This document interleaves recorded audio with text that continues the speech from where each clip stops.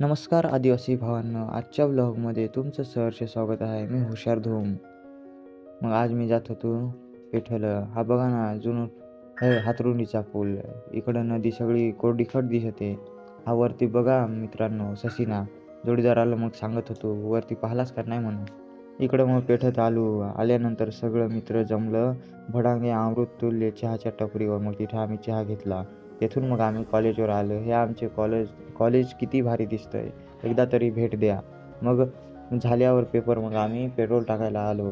मग जाताना घरी हे रानदेवीचं मंदिर. मग ही मित्रांनो दाभाडीची शाळा किती भारी आहे. हा तिकडूनचा वड. पेठ आणि सुरवाण्याची जीवनदायिनी नदी म्हणजे पार नदी पहा कशी कोरडीखट पडले. इकडं मग चाललो होतो मी आज माळात. मग काय येळाचे आल्यानंतर मग पेठ लावून इकडं मग म्हटलं काहीतरी काम करावं. तर आंबे आणलं. मग कुठे